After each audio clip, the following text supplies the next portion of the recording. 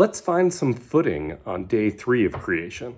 Hi everyone, welcome to Language of Life for Little Learners. This is your favorite Bible nerd, R.A. Sweeney, here to talk to you about one of the more fun words to say in Hebrew. And so today I really want to dive into, on day 3 of creation, it talks about God making, we normally translate it as just he made the land, but it specifies it's the dry land.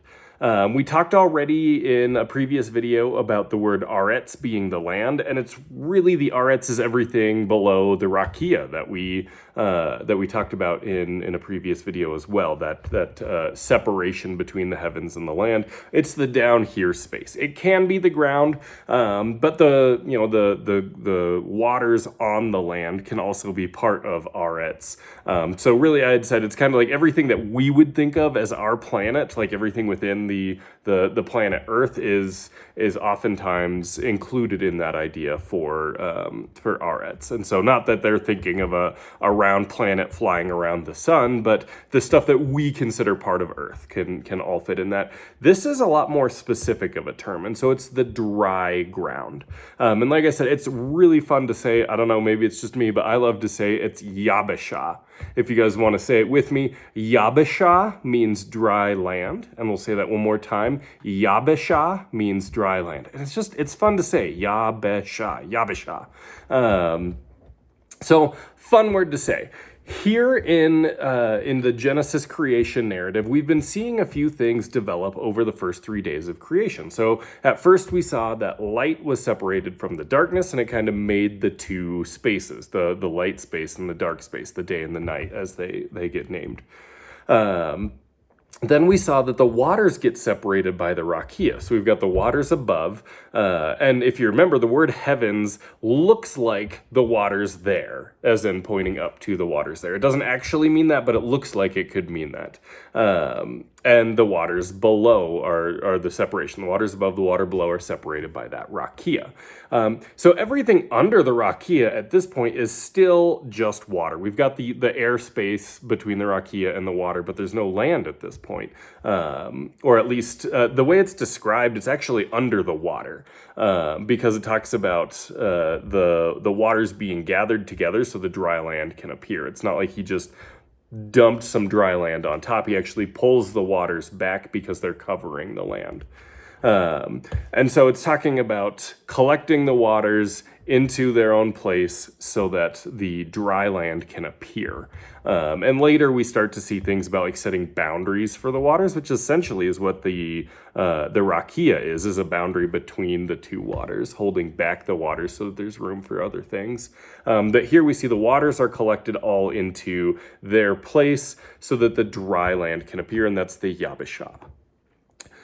There's actually a handful of words that get used to describe dry land in the Bible. But this one's a little bit different from most of them because normally when we see dry land, it's a bad thing. When I say dry land, typically we think of like desert places. And so that's what I mean. There's a lot of desert type dry land words that we come across. There's a handful of different ways that the Bible describes like the waste places, the desert places, the parched places, different things like that. Yabasha is not that typically.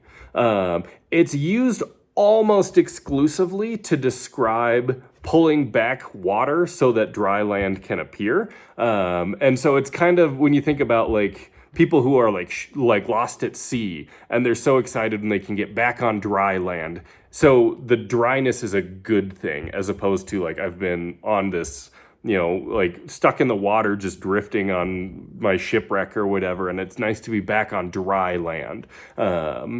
If you think of like marshes and things like that aren't real great, the dry land is better than a marsh for building and for living on and things like that.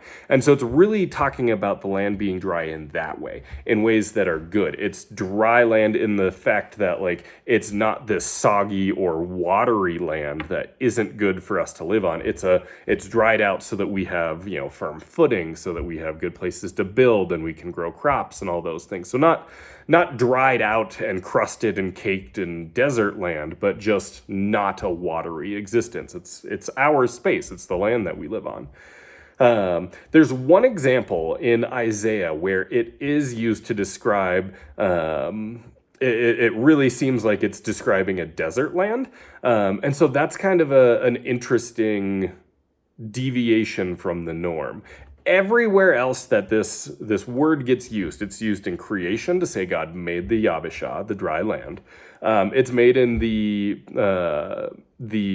passing of the Sea of Reeds story in the Exodus when God parts the waters. He it's the exact same thing. He separates the waters just like he does here in day 3 of creation, so that dry land can appear, so that the humans are able to pass through and not get impacted by the waters. When they cross the Jordan River, you have the Yabasha appears when God pulls back the waters. There's a handful of places where one of those 3 stories, either the crossing of the Jordan, the crossing of the sea, or the parting of the waters in creation, are mentioned. And then there's once or twice where it just talks about, like, pouring out something on the land. So like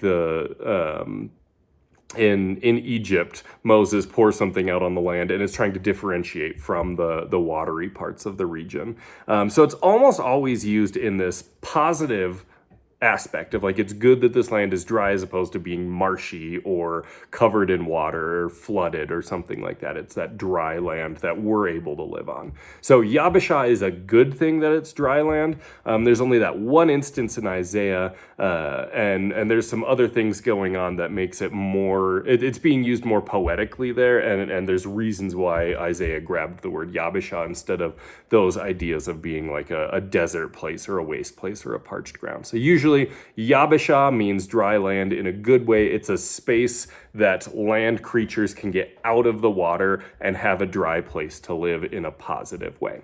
So that's the word Yabasha. Like I said, it's super fun to say, so we'll say it one more time. Let me say it real slow, and then we'll say it together. So it's Yabesha, Yabasha.